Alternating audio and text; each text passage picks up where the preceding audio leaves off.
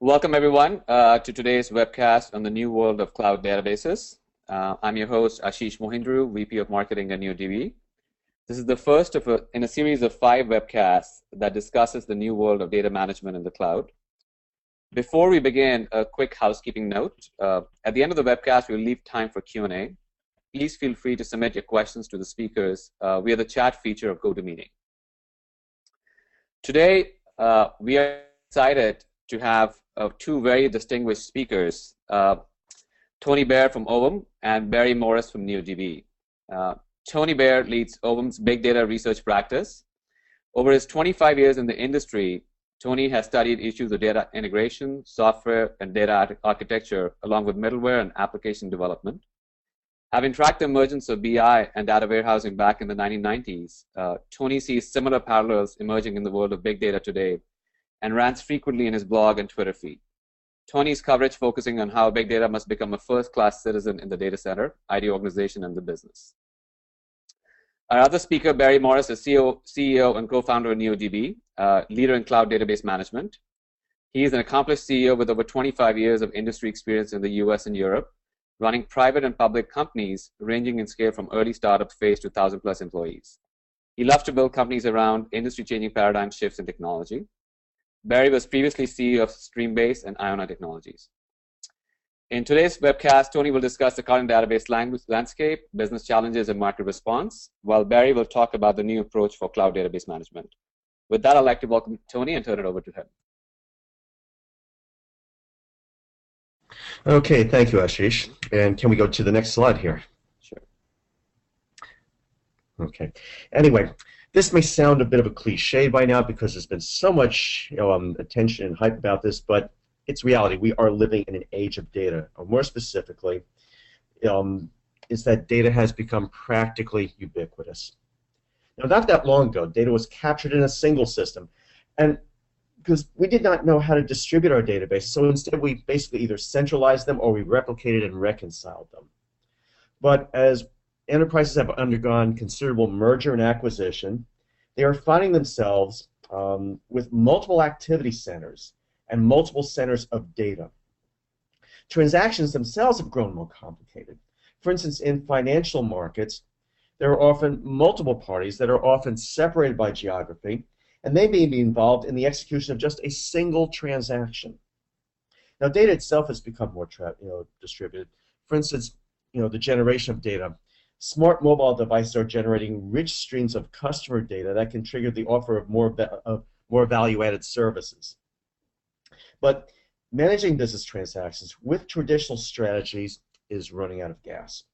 In today's highly distributed, multipolar business world, consolidating to that single source of the truth has become more and more challenging. Yet the opportunities brought on by consolidation can create huge opportunities and huge new business opportunities. Customers prefer dealing with companies that present a single face to them, whether it involves buying products online or offline, or reserving hotel rooms, or engaging financial services across multiple geographies. They want the seamless, unified experience that a single back-end system can provide. They don't want to log on to different order sites or portals, and instead they want a consistent, up-to-date picture of what their current status is, their current order status is. Can we go to the next slide? So let's put all this in historical perspective. The history of IT innovation shows synergy between technology and opportunity. Each creates the other. So, for instance, data management and applications have had similar synergy. Waves of innovation have allowed us to store data and find ways to make it accessible and consume it. So we started with file systems that allowed organizations to store data at scale, or at least what we considered scale at that time.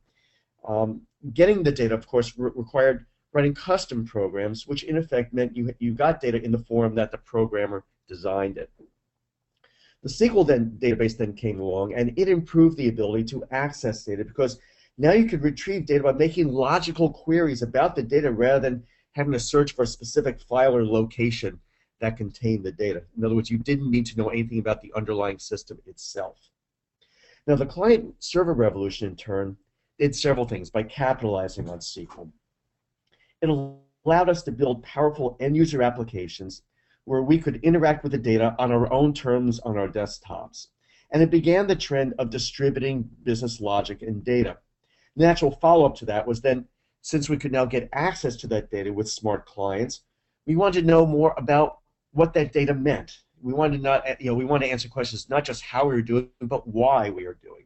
And so it enabled analytics and simplified the generation of reports that came with business intelligence.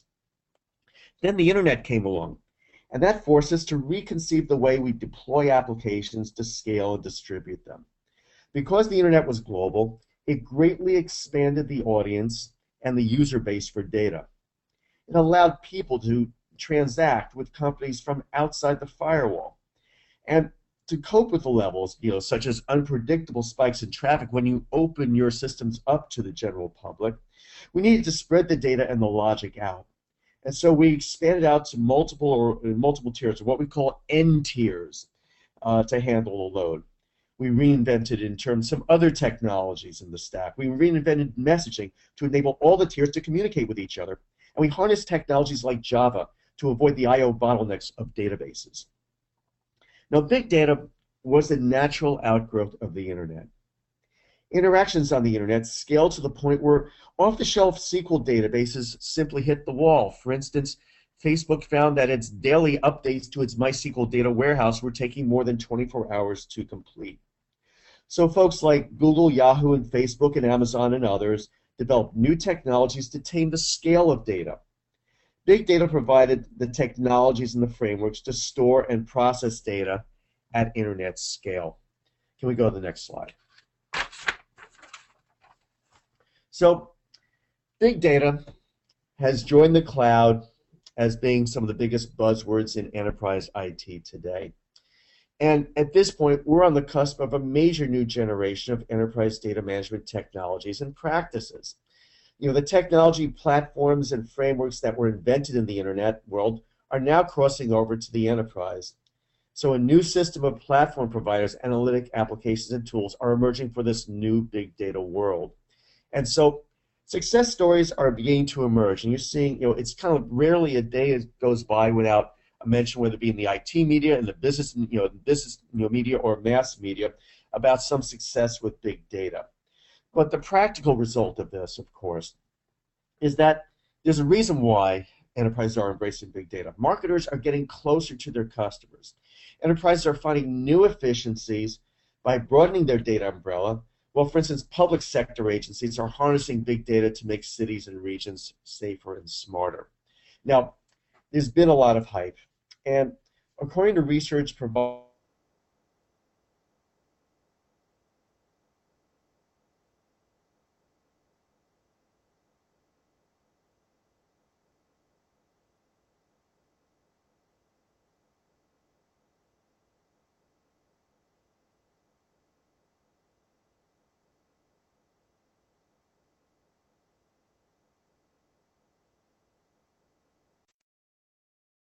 data.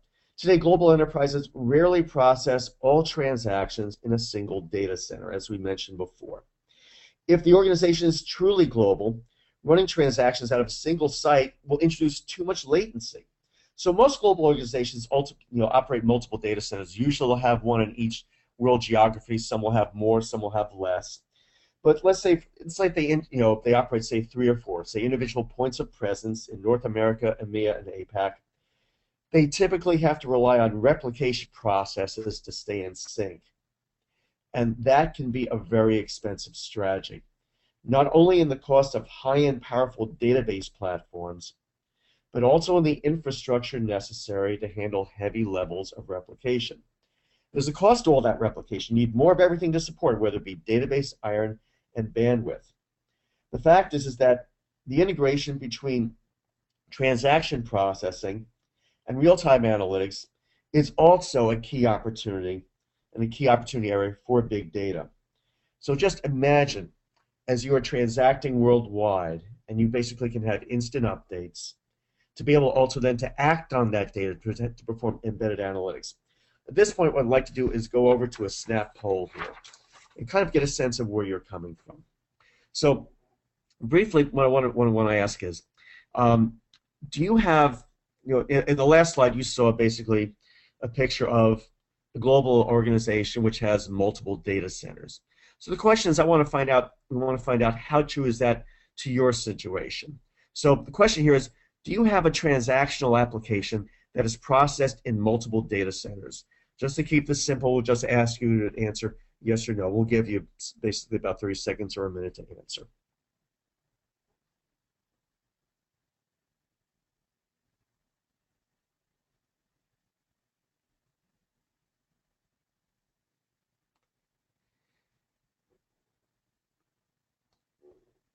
Okay, have we gotten responses yet?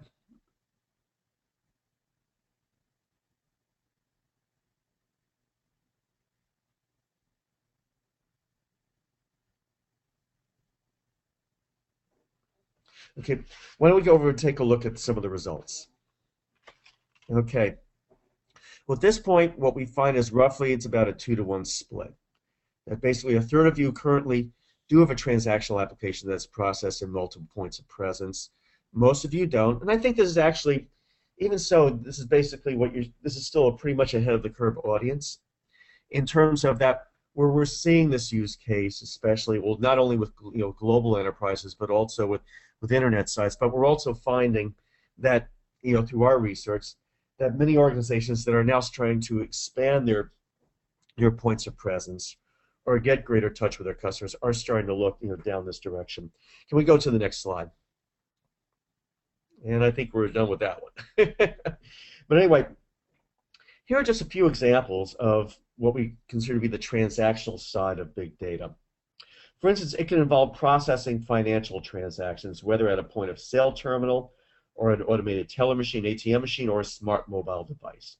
People are transacting more and more from more places, and transaction loads are snowballing accordingly. So, for instance, another example could be managing logistics networks and supply chains to make them become even more granular. They can become more granular thanks to the Internet of Things. So you have smart remote sensors that start to complement the data collection points that you already have. And the reason why you can extend them is that there are these ubiquitous networks, and there's expanding bandwidth, so you can connect to them, but not necessarily in your own networks or through public networks. But this, in turn, on your end, as you get more data points and you get a better picture of your supply chain, it's also multiplying your processing load, and it's coming from more and more places. Another example is, let's say, for telcos, for mobile telcos. If you're managing a mobile carrier network, you'll need the ability to ingest and process call detail records across multiple zones or regions. Can we go to the next slide?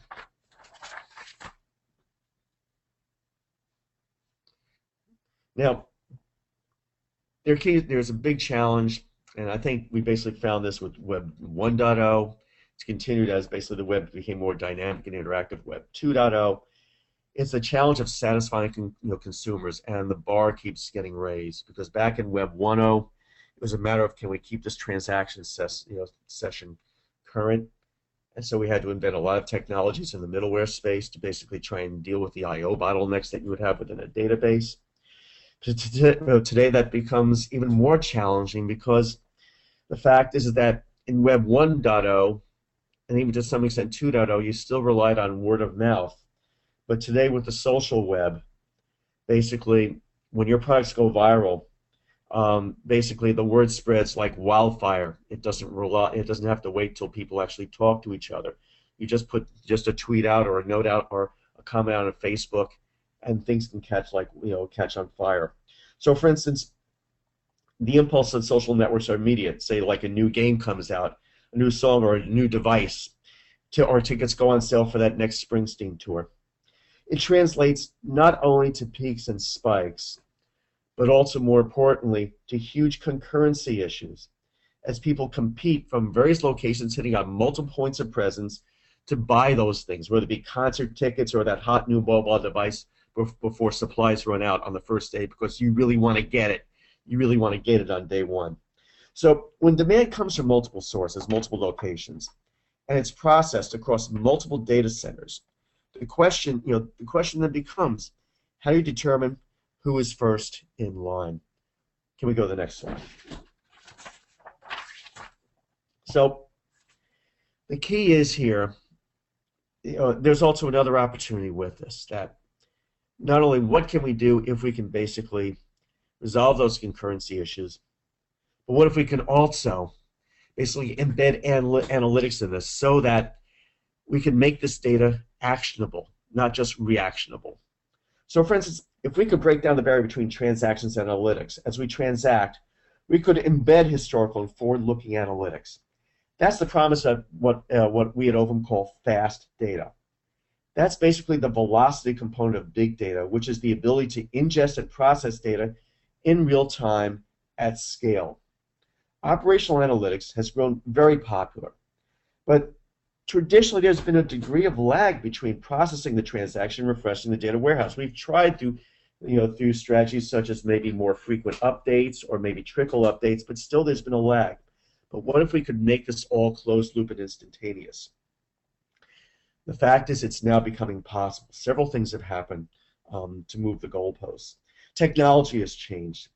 The combination of Moore's law, faster networks, and declining costs of silicon-based storage are allowing large blocks of data to be processed in memory or on flash disk. And new data platform architectures are emerging to exploit those advances. Business also has changed. The economy moves at greater velocity than ever before. So as we've been mentioning in these last number of slides, your customers demand instantaneous response and service. Trends go viral online much faster than they ever did, as we mentioned, by word of mouth. Now, adoption of big data has really raised the bar on expectation. It's transformed latent demand for velocity into tangible appetite for speed.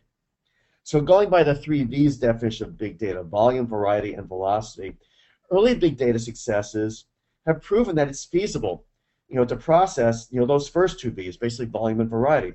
So what about that last V, velocity?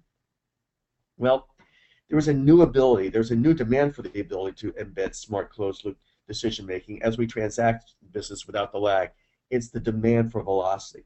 So on this page, we've listed a few examples of fast data here. For instance, in financial services, being able to basically write and index each trade and then immediately, basically figure out the list, the risk amongst all parties involved in that transaction, which can get pretty intricate.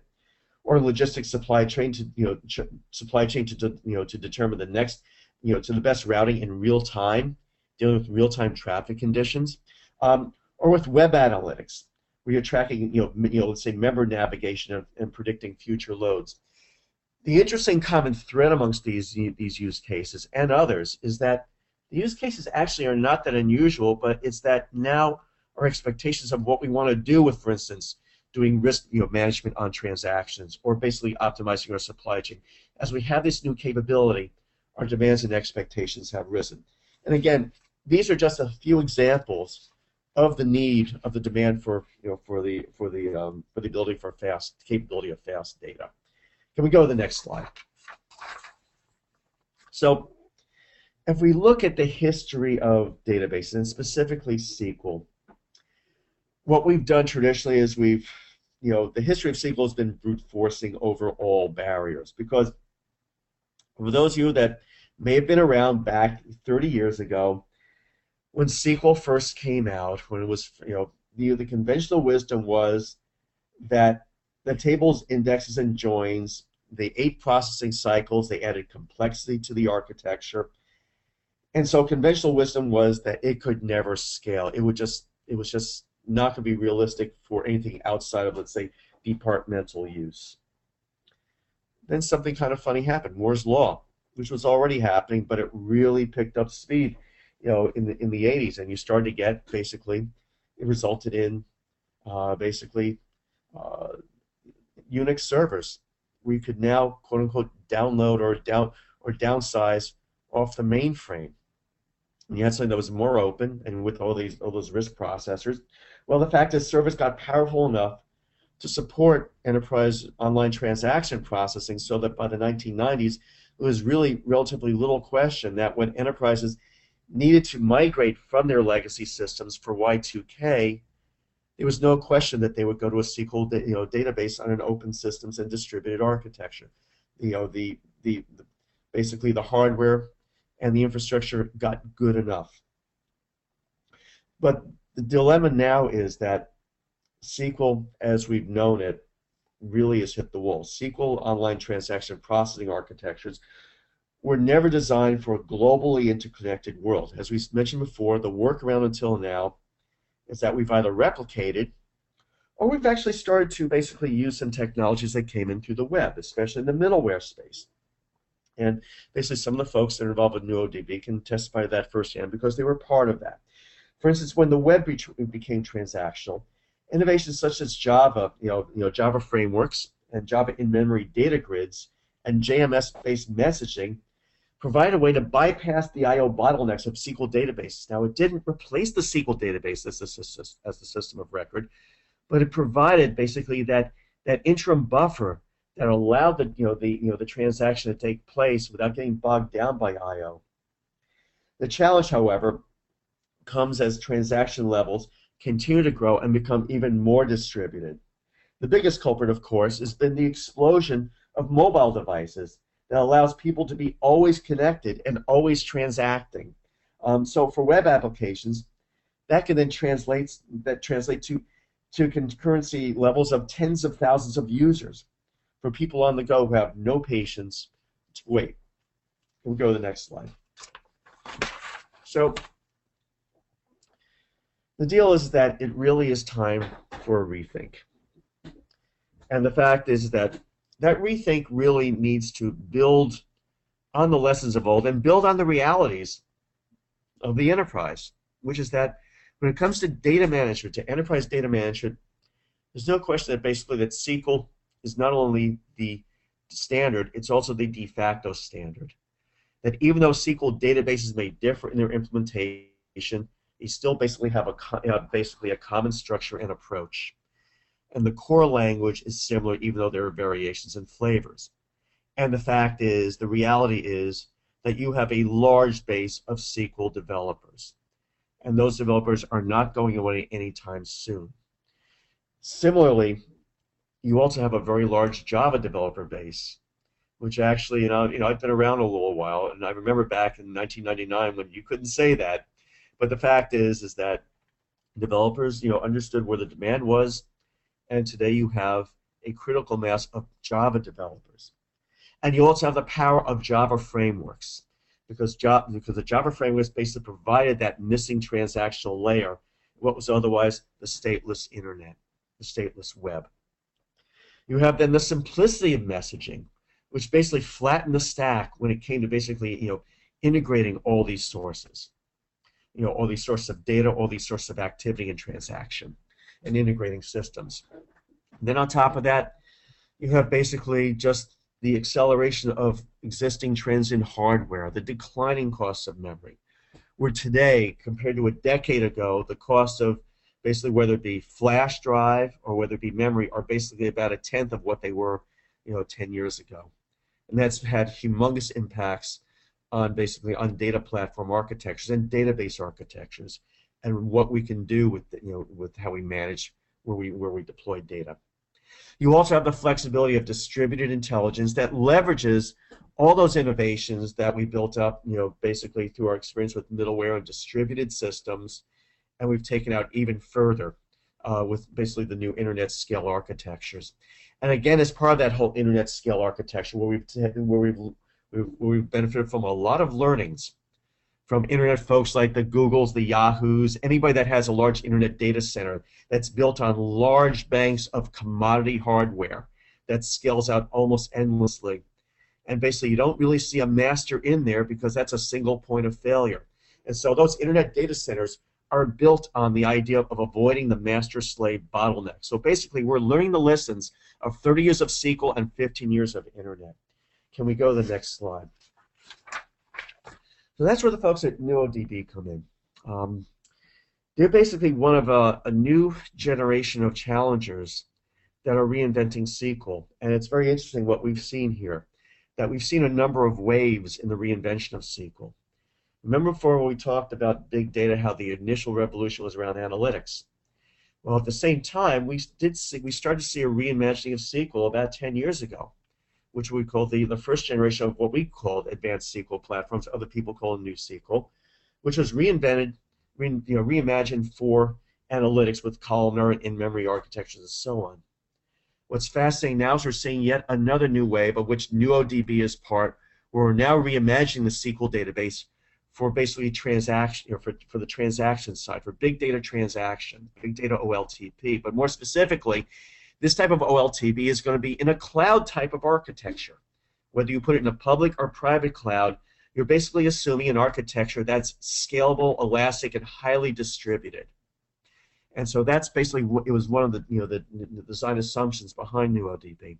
The founders themselves, as I've kind of hinted, have come from the SQL and Java middleware world. So they basically have that rich stream of experience that they're now leveraging in the reinventing of the SQL database for transactions in the big data OLTP cloud era. As we mentioned, the design of NuoDB leverages SQL, because that's the base of developers that are there, it's the base of expertise. Leverages Java, leverages messaging to provide a new take on concurrency, which until now has been a big hang-up for distributed databases and why we had to go to replication. It's also adapted, taken some cool things from the NoSQL world, such as much lighter weight indexing to reduce that overhead. And as part of basically this whole concurrency mechanism, they've taken a new take on on how to commit data, basically going to versioning rather than locking.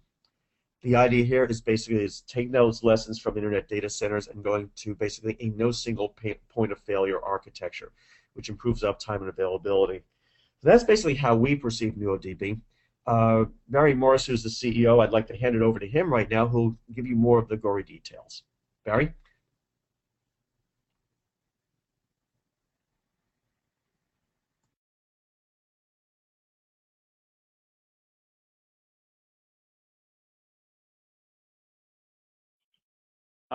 Thank you, Tony.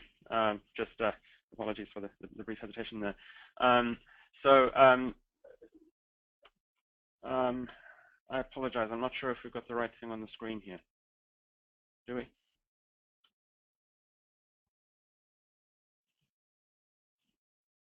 I'm sorry, Laurie, are you listening? I don't know if we've got the right thing on the screen. Yeah, I don't think we do. I'm not sure what's happened here. Ashish, can you project the presentation? There we go. Can you see it now? Right. Sorry about that. Yeah, that's perfect. Thank you very much. So hello everybody, Barry Morris here. Just apologies for the problems there at the start. I really wanted to pick up on what Tony was saying in terms of what the need is for this next generation of systems. And the starting point for this is this topic of the new data center. And we sort of are all very familiar with the transition from mainframe style data centers to modern or to the next generation, which was client server kinds of systems. And now we've got this whole new thing that Tony was just talking about, which is these kind of commodity data centers, which may be virtualized, probably are virtualized. They may be clouds. It's possible they're not clouds, but what they are is thousands of small machines. And every CIO wants to go there for cost reasons and other reasons. Not just that these machines cost vastly less, rather than $100,000, they cost less than $1,000 each, but they also tend to have much higher utilization because you can dynamically allocate loads to them, and at any given time of the day, a given machine could be running any number of different applications and so on. So it's this kind of a virtualized world, and we're all familiar with that. The problem with it is that in the context of databases, historically, they couldn't do this.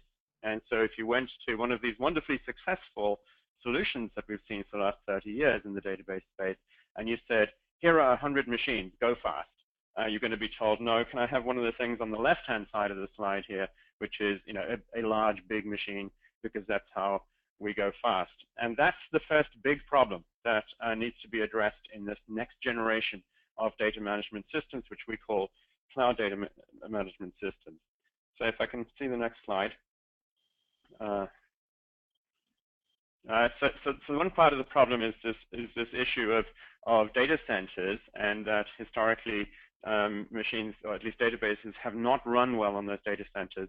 The other big problem is this issue of big data, and you have here in front of you some of the things or some statistics of what's going on out there. You've probably seen these and others before.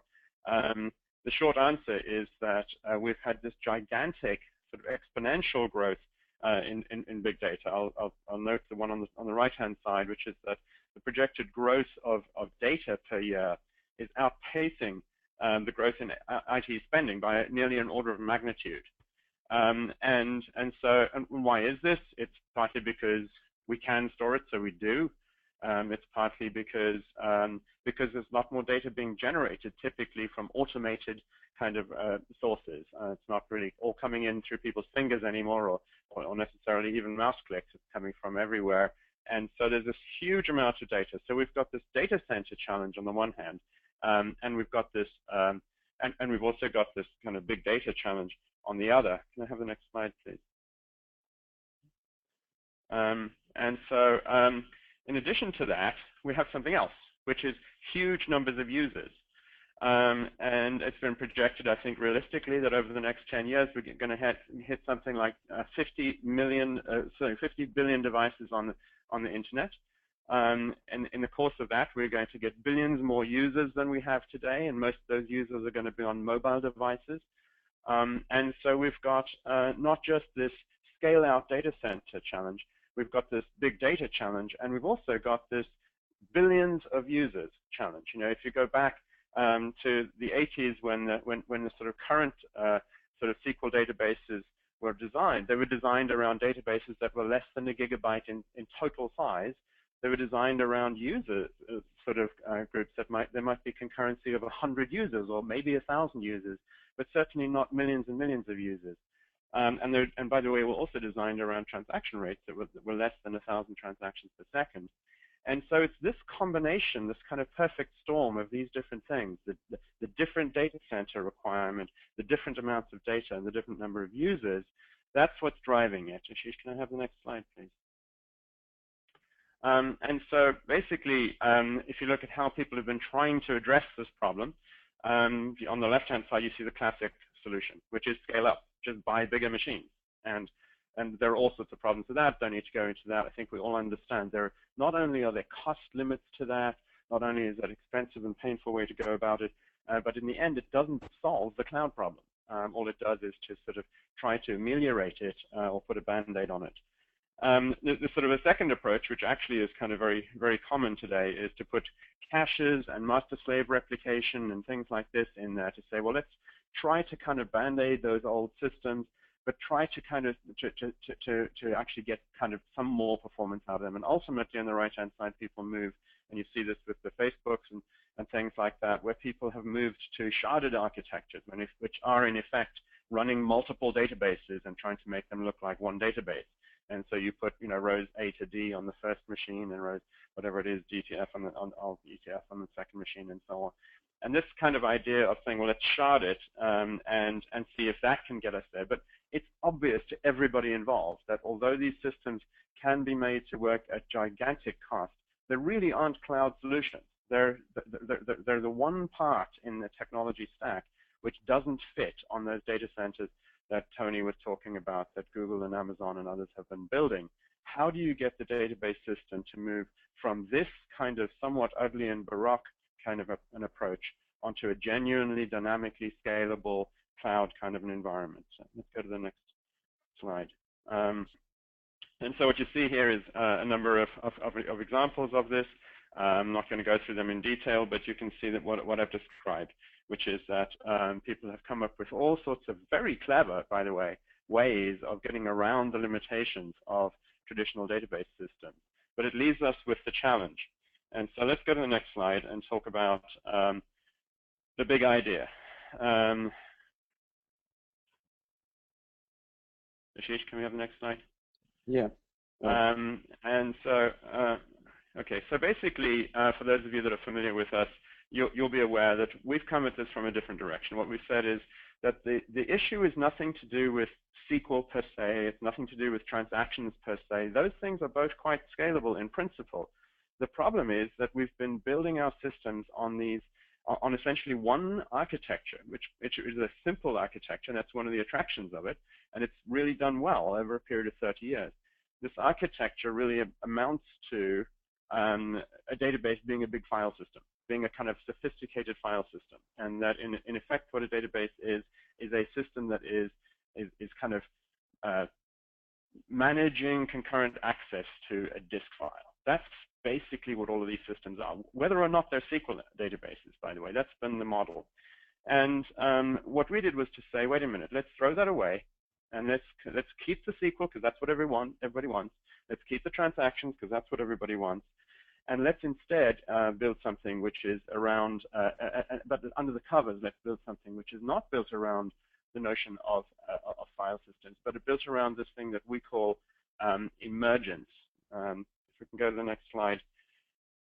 I'll tell you about this very briefly. We don't have time to talk about the details of it, but there's something really fundamental about what's been done here. And it is that, and I want you to step back and think for a moment about how nature behaves. In every case of very large-scale things in nature, you have emergent behavior, and it could be flocks of birds, it could be communities of insects, it could be fish swimming in a school, it could be antelope crossing Africa, and there are many, many examples how crystals grow and how the universe is organized, and frankly how the internet works. All of these are emergent examples, and what emergence is about is this idea that the flock of birds can do intelligent things as a flock, even though each bird is only doing some very simple things. And so basically a flock can take off together and it can land together and it can fly south for the winter. There's no bird in charge. It's got distributed control. It's loosely coupled. Birds can join the flock. They can leave the flock. Birds can die. The flock keeps going. Okay, that general idea, which is actually, as I say, quite pervasive, not just in nature, but actually in other parts of technology. No one has taken that idea and really turned it into a database technology before. And that's the core of what we've done. Now, I'm not going to go into greater detail on this webinar about how it works, but if you can hold on to that idea that what we've got is a loosely coupled peer-to-peer system in which the contributors are voluntarily joining into the system, making a contribution, can leave, can die, doesn't matter. Not one of those birds is the center of anything. There isn't, in this database, there is no master anything. There's no master data, there's no master name server, there's no master transaction coordinator, there's nothing in the system that is a single point of failure. And that's the key to making a scale-out system of this sort. Let's have the next slide. So we stepped back and we said, well, that's what we've got. There's this technology which really is quite extraordinary, and by the way, it's patented. But we said, but actually, what's missing from a market perspective is people stepping back and saying, what would the requirement be for one of these next-generation database systems? If you kind of just closed your eyes and said, I want to define a next-generation database, what does it need to have to do? And that's what you're looking at here. These are what we call the 12 rules of cloud data management. And we're saying, this is a pretty good summary of what one of these database systems needs to be able to do. By the way, we're not saying that that we haven't missed some. We're not saying that they're perfect. We're perfectly happy to have conversations about them. But the point is to try and put up something as a straw man and say, this is surely what we as an industry are trying to build. And I'm not going to go through this in a lot of depth. I'm going to go through one or two of these in greater depth. But I am going to say that if we just sort of pick out a couple of things, the first point is Rule 0. And by the way, the reason there's a Rule 0 is because this is a sort of a slightly tongue-in-cheek reference to Codd's 12 rules about relational database management systems, and he had a Rule 0. So we have Rule 0, and it basically says this thing has to be able to do what a traditional relational database management system can do. If it can't do that, then it's not going to be able to take the users, the programmers, the tools, the skill sets, everything else with it. And so the requirement, if we're going to build these kinds of systems, is let's make sure that even if they support document-oriented interfaces, even if they support graph-oriented interfaces, whatever they support, one thing they must support is relational database, semantics, and SQL. And so that's a basic requirement. And then we've got this list of other things here. And so what I'm going to do is kind of, if we can go to the next slide, I think that the first sort of the rules I wanted to talk about is what we call embrace the cloud.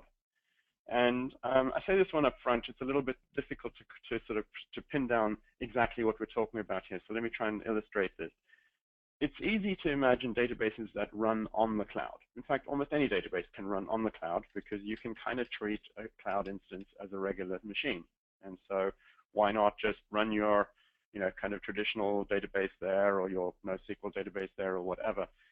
The question is not about can you run it on the cloud, but is it part of the cloud? Is it designed for the cloud? Does it embrace the cloud? And that means a lot of things. At this level, what I want to kind of highlight is it absolutely needs to be a good citizen. It needs to be able to integrate into your cloud management systems. It has to be able to integrate into your software-defined data center kinds of architectures. It's something which needs to be cloud native. And the ability to be cloud native ultimately is going to be the biggest driver of all of this, because the cloud economics are so compelling that if you don't have a cloud native solution, you're not going to succeed. You're going to find yourself in a niche which is basically a big niche, but it's going to be the on-premise stuff only. Let's move on to the next slide. And really what I wanted to do here is just sort of run the first of a couple of polls, because I think it would be interesting to hear from you what your view would be on this. And it's really the question of transaction rates in Facebook. Facebook is one of the highest transaction sort of sites in the world, of course. And so the question here is, what do you think the transaction rates are for Facebook in transactions per second?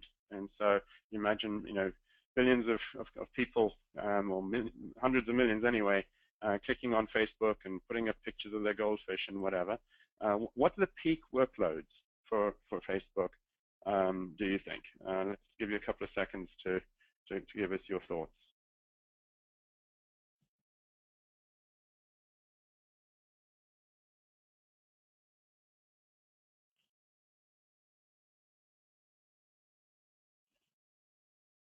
Okay, so Ashish, I think we've probably got the answers in at this point. Can we see the results? Okay, so interesting there. We've got sort of roughly a third that think it's 50 to 100 million transactions per second. On the other end of the scale, about a fifth think it's about 10 to 20 million. Well, actually, it is in the region of 50 to 100 million. Facebook haven't been completely open about what these numbers are, but they're certainly in that range. And if you think about that in terms of transaction rates, again, there was a paper back in the 80s, which was written by Jim Gray, the IBM database scientist, and it was about would there be systems that would require 1,000 transactions per second? And there was a debate about whether that would be the airline industry or whether that would be the financial services industry. Here we have Facebook operating at north of 50 million transactions per second at peak. Let's go to the next slide. So one of the rules of cloud data management is elastic scalability. And what I've got here for you is a chart of NuoDB running scaling elastically. And I'm going to give you a view of what it's saying. So the sort of purple chart on the right is basically running a number of machines, and each time you add a machine, you can see that it goes faster. On the far left-hand side of that chart, you'll see it running on one machine for a short period of time, and that's running at 100,000 transactions per second on one machine. And we kind of right-click on it, and add another machine, it jumps to 200,000. Okay. A little bit further down the track, we right-click again, and we add another 2 machines. We go to 400,000. So that's 4 machines running at 400,000 transactions per second, very linear scaling.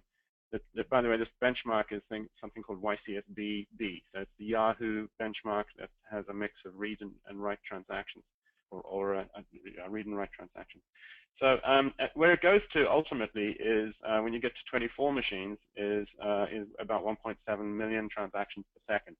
So this is 24 machines. The entire cost of this of the system that's running at these speeds is something less than $50,000, and it's in the 2 million transactions per second range. And so this is getting up within shouting distance of the kinds of numbers that the fastest transaction rates in the world are requiring. We just said that Facebook is in the 50 million, or 60 million, somewhere around there.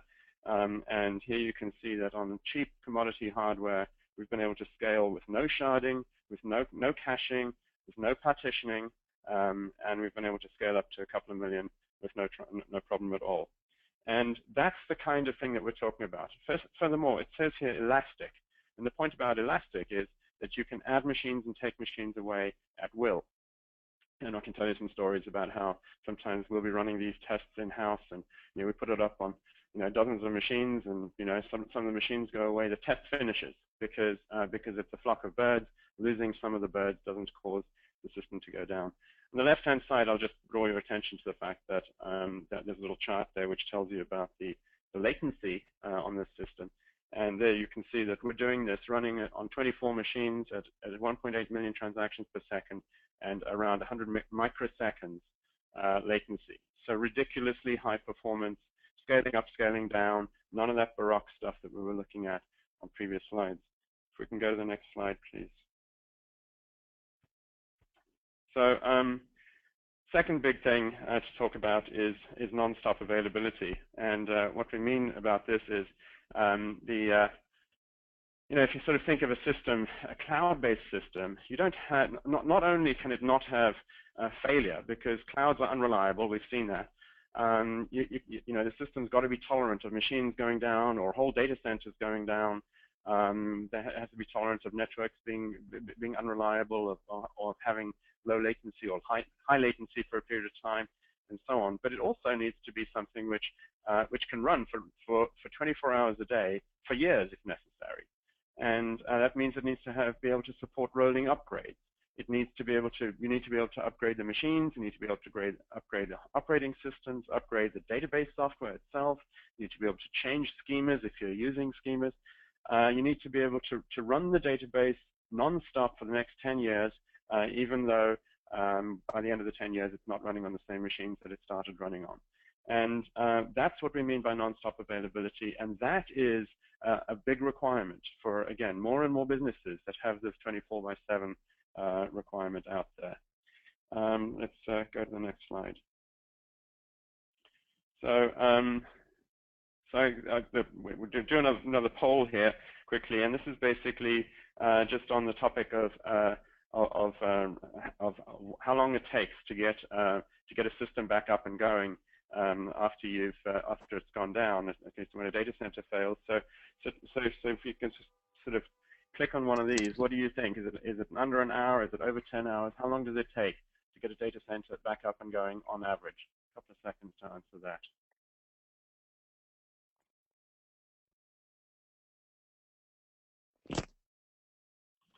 Okay, Ashish, I think we've probably got the answers in by now. So interesting. 1 to 10 hours is the general answer. 3/4 of you think that, and a quarter think it's over 10 hours. And the answer is that it's over 10 hours. In fact, it's just over 10 hours. That's the average time that it takes to get a data center back up and going. And when you think about the costs to a business of that, it's extraordinary, which is what drives the very expensive disaster recovery strategies and so on that people have got. Let's move on to the next slide. So one of the things that a cloud data management system has to be able to do, and this is another of the 12 rules, is what we call geo-distributed data management. And this is the idea of that to be able to run the database system concurrently in multiple data centers or multiple availability zones at the same time, and potentially across WANs. Sort of you could have the same database running concurrently in Tokyo and London and New York. And if one of those goes down, it keeps running in the rest. Some people have talked to me about kind of what does availability really mean, and for us, availability means if Godzilla rises up and eats your Paris data center, then you keep going in your other data centers. So let's move on to the next slide.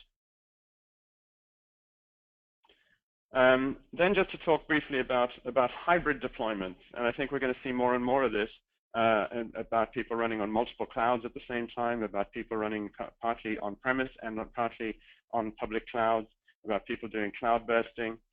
People don't even think about that in the context of a database system today. But the ability for a cloud data management system to be able to run in multiple places at the same time in hybrid mode is hugely valuable. I'll give you a use case. If I'm an enterprise and I want to run my databases, let's say on Amazon, I might want to keep a full copy of the database in my own data center. That's something that a cloud data management system has to be able to do, and that gives you an example of what we're talking about. Let's move on. We're running out of time here, so I want to leave time for questions. And so again, just to talk about software as a service, you know, there's every independent software vendor now is sort of looking at being a SaaS player of one sort or another, because you kind of have to. And when you look at the requirements for SaaS, we've got some of them right here. The requirements for pluggable databases, for running multiple databases on behalf of different customers. The requirements for sort of a multi-tenancy, the ability to use a finite set of machines efficiently between customers, and so on. These are basic requirements for software as a service, and it's something that needs to be built clearly into a CDMS. Let's move on to the next chart, and so just to talk briefly about customers. Right now, we're engaged with a lot of very big players across the industry. We've announced at least one of these. AutoZone, I think you may have seen, and we talked about. This is a Fortune 500 company that's got 5,000 retail outlets. They're using NuoDB in those retail locations for running some of their applications. And we've got a number of others here. We've mentioned that NorthPoint is a key partner of ours, and some of these you're going to hear more about as we talk about them. And so lastly, let's move on to the next chart, and just as a matter of kind of summary, just to say, why is it that NuoDB and indeed cloud data management systems are necessary? Because people need elastic scalability, because people need geographic redundancy, because people need guaranteed uptime.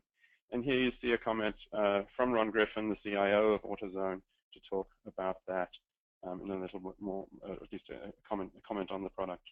So with that, I think that I've just been trying to leave a little bit of time here for some questions.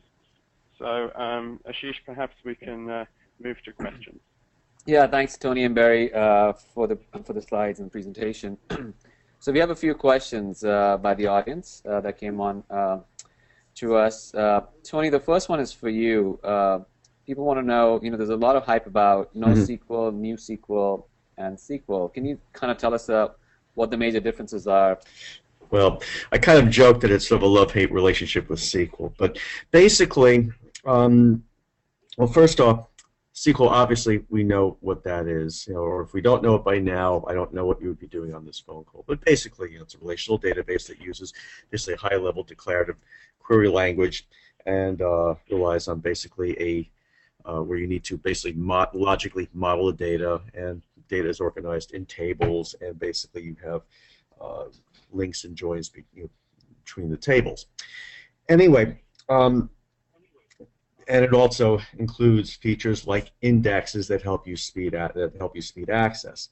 Problem is, of course, things like indexes take up space. Operations like joins take up lots of processing overhead, and so therefore, a lot of the internet folks, when they when they were starting to do analytics and find that they were basically SQL databases were hitting the wall, both basically in they're just killing their batch windows, or the queries were taking too long. And so they started to look for like a new type of model where basically they could get rid of the overhead, such as the heavy indexing, such as the need to basically maintain a schema, because the whole idea with a SQL database is you model the data based on the queries you're going to ask and based on the data is going to come in. And the idea here, the operable idea here is that they wanted to open it up to more kinds of data.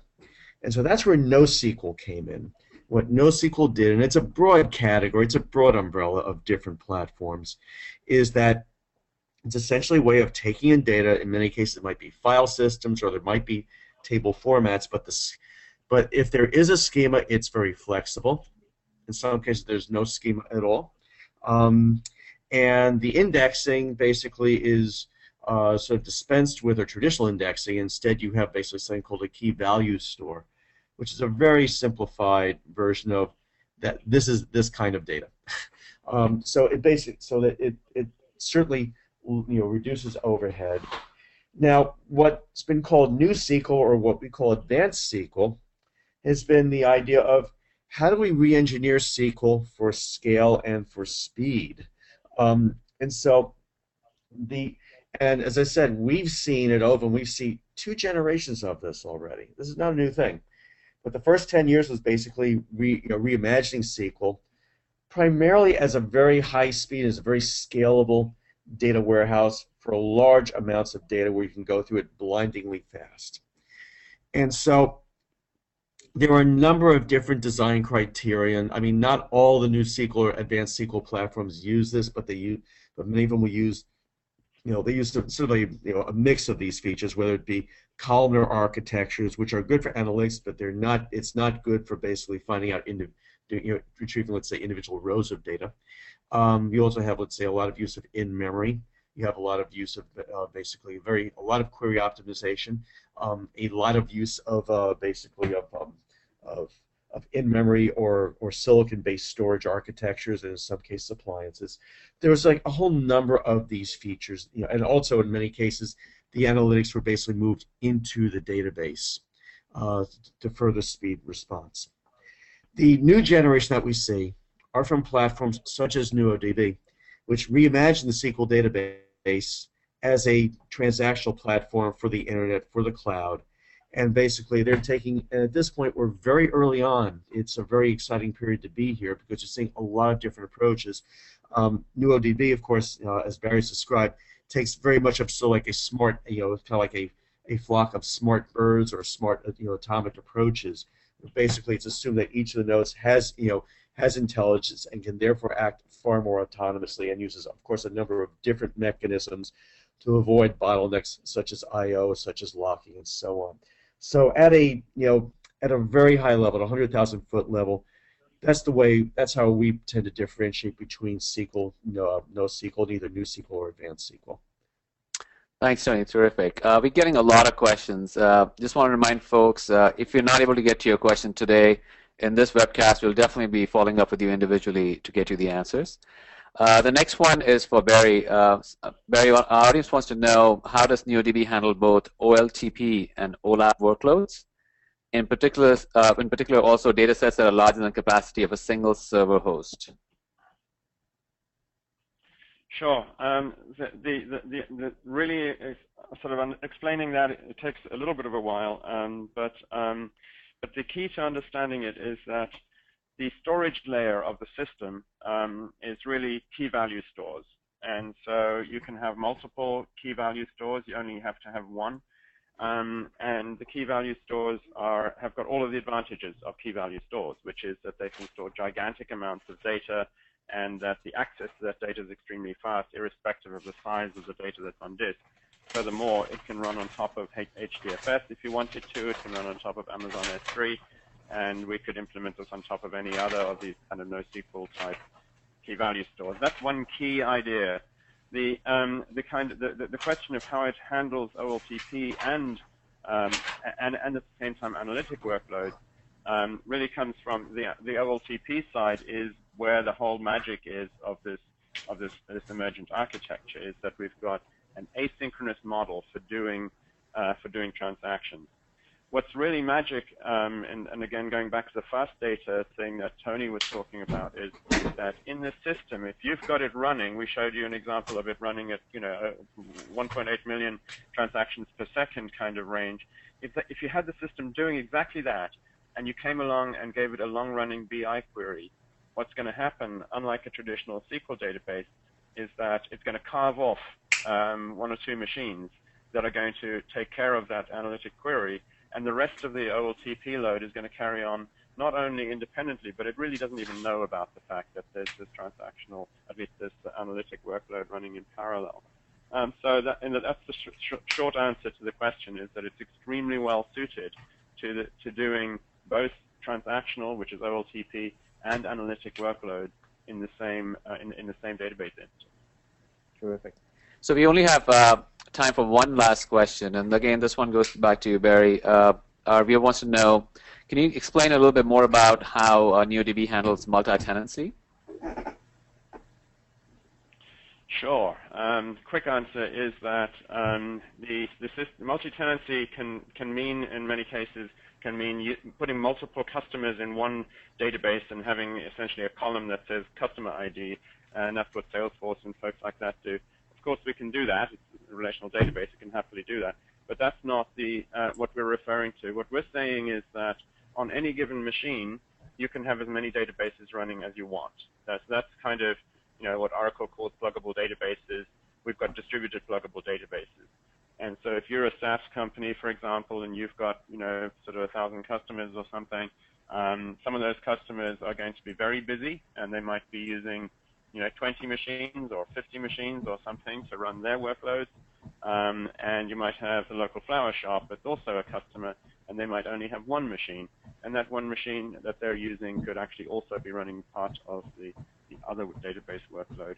These systems, actually, in practice, when you look at them, they're really just processes in the system. They're just daemons. We just fire up as many as you need on any given machine. Terrific. Well, I think we